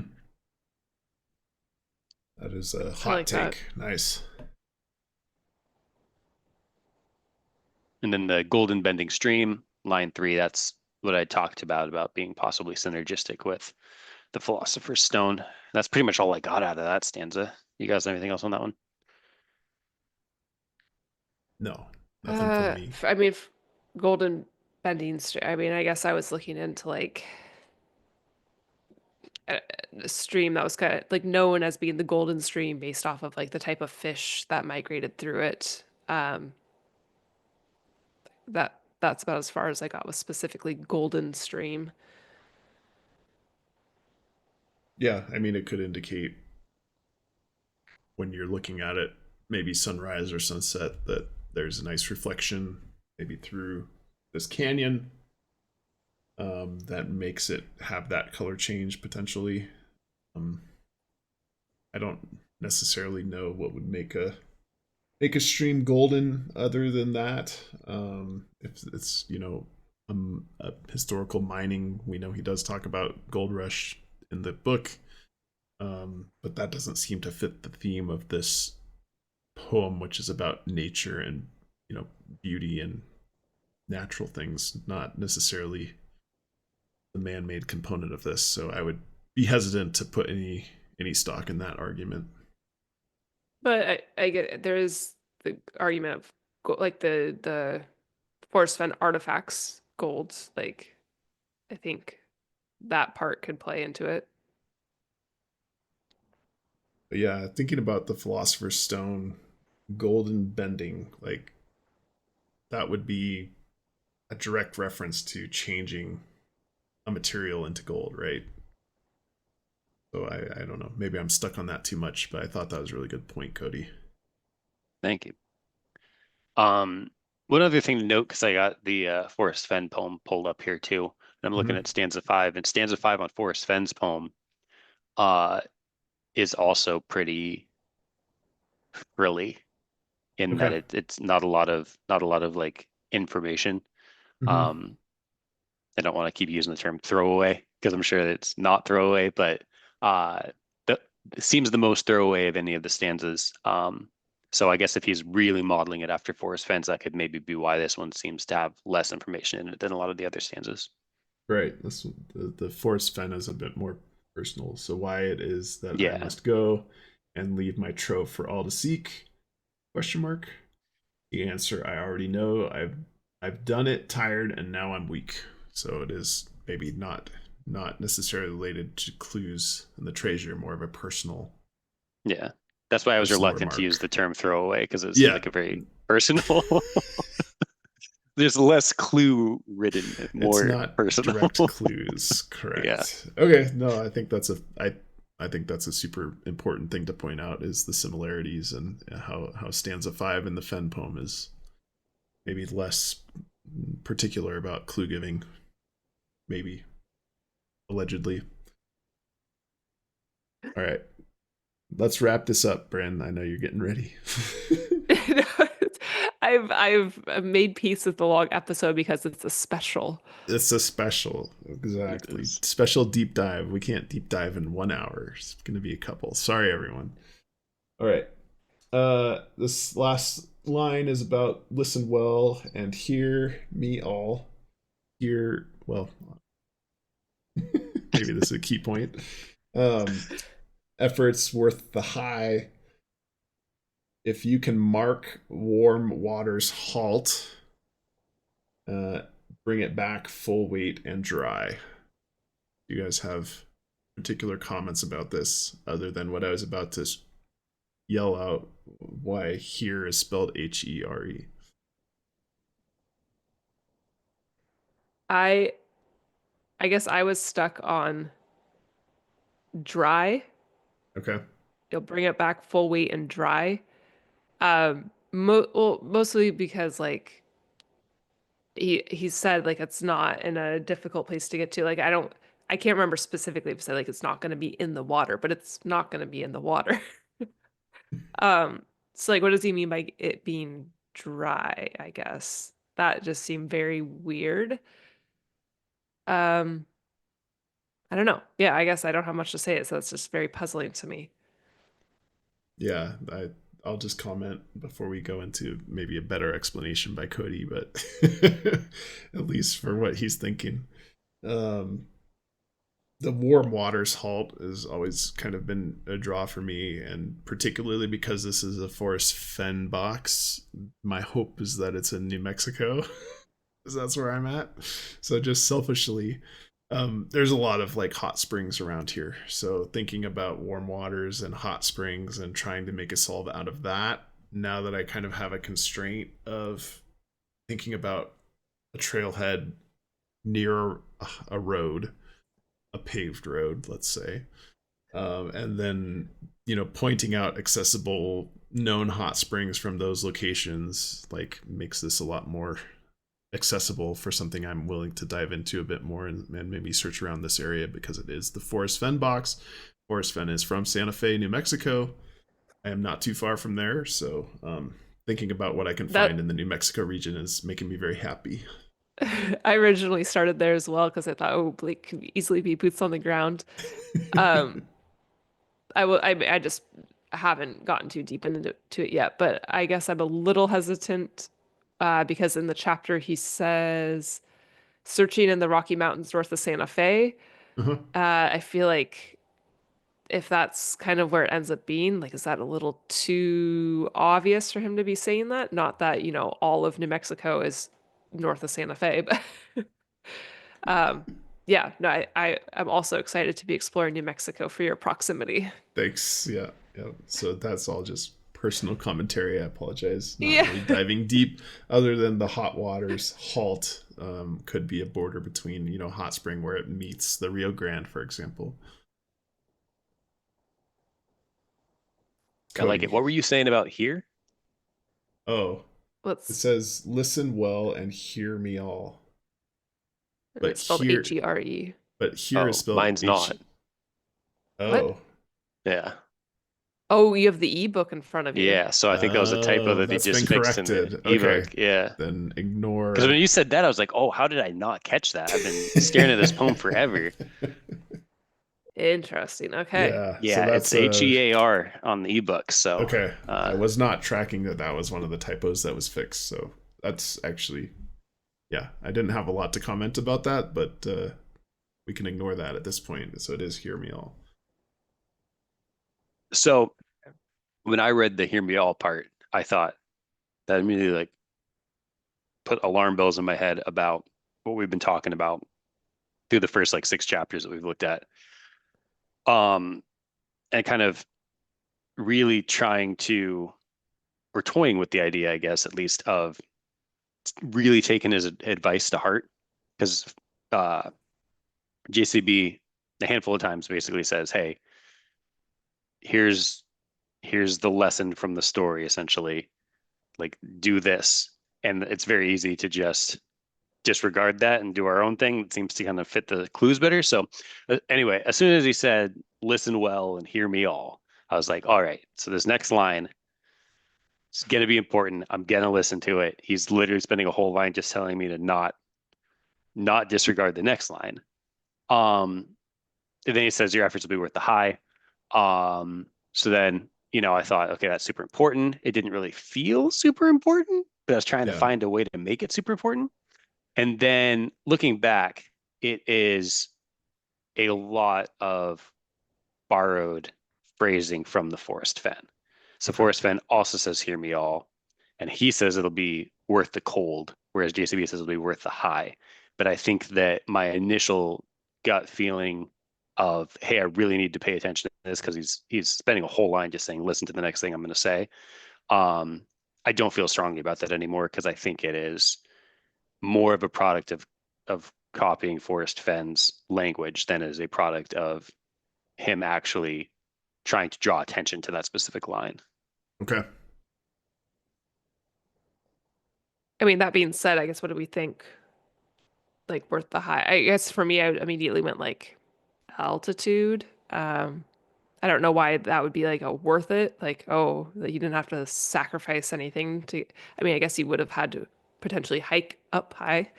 Um, yeah. Do you guys have thoughts on that? I'm thinking you just have to go high. I think that plays into what we talked about at the beginning of the episode where he like clearly could have used go through the canyon down and it would have fit the poem better, but he knew he couldn't. So I think this is probably going to be undulating terrain, but pretty much up the whole time. Okay. That I would be like that. my takeaway on that. How's New Yeah. Mexico with the undulating terrain? Is it flat or you got some No, ups and downs? lots of mountains. Yeah. Lots of up and downs. Yes. Yeah, my simple reading of it was just the worth the high. In the book he's talking about joy a lot, and there's a whole poem dedicated to joy. The feeling of joy, not a person joy, is the assumption. But yeah, just as a synonym of high, feeling the joy, just to link it back kind of to one of the main themes of the book. But yeah, again, thinking of why this is an important line, we should probably take something from it. Maybe it is an indication that you are going up in altitude, or the hike is an upward hike. That would make a lot of sense to me. I like that. And then warm waters halt, as we mentioned, that's directly pulled from the Forrest Fenn. That was one of like the main keywords from the Forrest Fenn one. Because I believe, yeah, he actually says his whole poem starts with begin it where warm waters halt. Hmm. I've also been looking at hot springs. Do you guys have any other ideas of what a warm waters halt could be referring to? Not off the top of my head. I can't say. I've just been stuck on my hot springs, and it's not even confirmation bias. It's just hope. I think that But looking back at there's plenty of other hot springs around the U.S. So it's just stupid, but I think this is one instance where it could be very worthwhile to look at old like community forums for the Forrest Fenn poem because that one yeah, focused so much on warm water salt that yes, even if not getting specific areas, just getting kind of ideas for what a warm water salt could be referring to. agreed. Yep, I think it's worth a dive to at least get some fresh ideas. But I honestly I don't know if it's really a rush to do that, just because I think we did make some good progress on thinking about how to solve this from the first 3 to 4 stanzas as well, at least to give a starting area, and then maybe try to reinforce that with some of the definitions of what warm waters are after the fact. Might be Mhm. wise.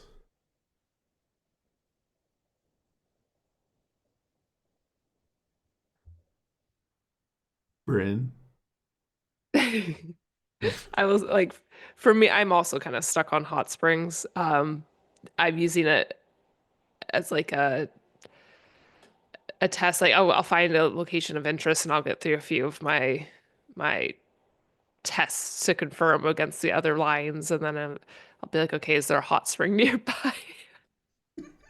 It feels ridiculous to say, but yeah, I guess like I said earlier, like it's kind of how I'm approaching it, and I don't know a much more logical way.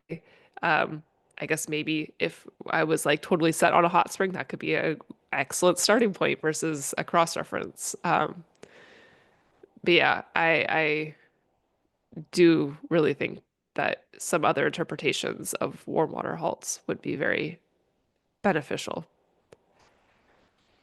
yeah. Thinking about the last line about dry, if you guys are taking it as high as a clue for altitude, then I will take dry as a clue for desert environment. Hence New Mexico. Yes. Yeah, okay. About full weight and dry. Yeah. At least keeping people from trying to get in water and put themselves in hazardous Yeah, situations in a I don't know. I think he's explicit enough in the introduction and in the safety notes at the end of the book that hopefully hopefully it doesn't have to be used in the poem itself to be a warning that you're not going into water. But No, I mean, I think if anything, this makes me, it would read more into like, oh, you got it out of the water. that's true. That's true.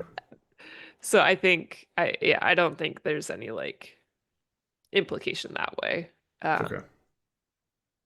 Any thoughts on the term full weight? That one kind of stood out to me as a slightly strange phrasing. It I think is. I just read into that as like just general like I guess if I am like personally picturing like hauling out treasure, like that feels like big and substantial and significant. I think it's just to me, just speaking to like, oh, like you've made a haul, like you got your treasure. It's not just like an insignificant thing that you just like kind of lollygag out with. Like you kind of got to haul your find out. It's just treasure hunting jargon. I don't know. It just I think speaking to the significance of like there's physical weight to this box, however much that is, I don't know, but just like there is some significance to what you're finding. Yeah.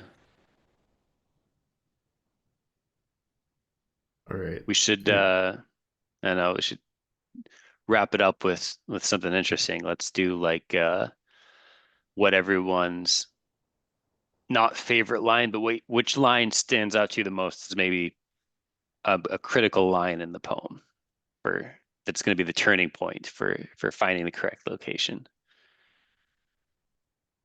I must go back to my ride. Sorry, just joking. All right.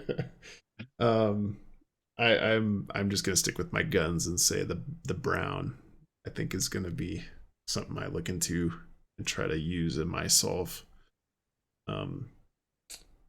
Pass by a place where once was brown, with brown being capitalized. That just seems like it's something I can grasp onto and run with a bit. I like it. I'm pretty stuck on the home of point and tree and seeing eye.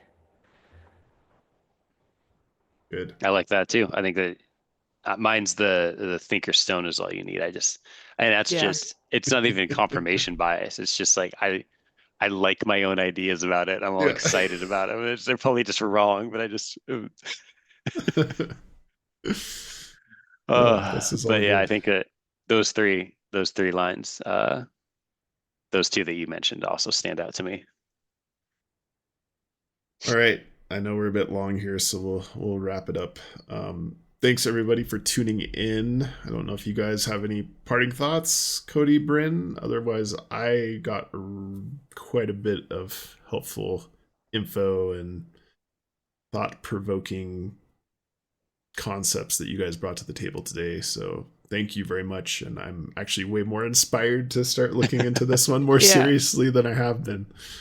I think this one reads just like a true treasure hunt. Just kind of like when you think about like following the map to X marks the spot. Like this, I think really has that spirit, which I think kind of makes it exciting to me personally. Yes, maybe harder to like logically approach and dial in some like solid theories right off the bat, but I think in that spirit, it's a fun one. Yeah, I'm really glad that we did this. It's just amazing to me how I can spend hours looking at something and coming up with like these pretty like solid ideas that I'm going to stick to, and then talking through it with you guys. It's like you've convinced me to go a whole different route on a number of different ideas that I had. So I'm glad I looked at it by myself first, but I'm also really glad that we all talked through it together. All right. Yeah. Thank you guys. We will see you next time. Everyone have a good night.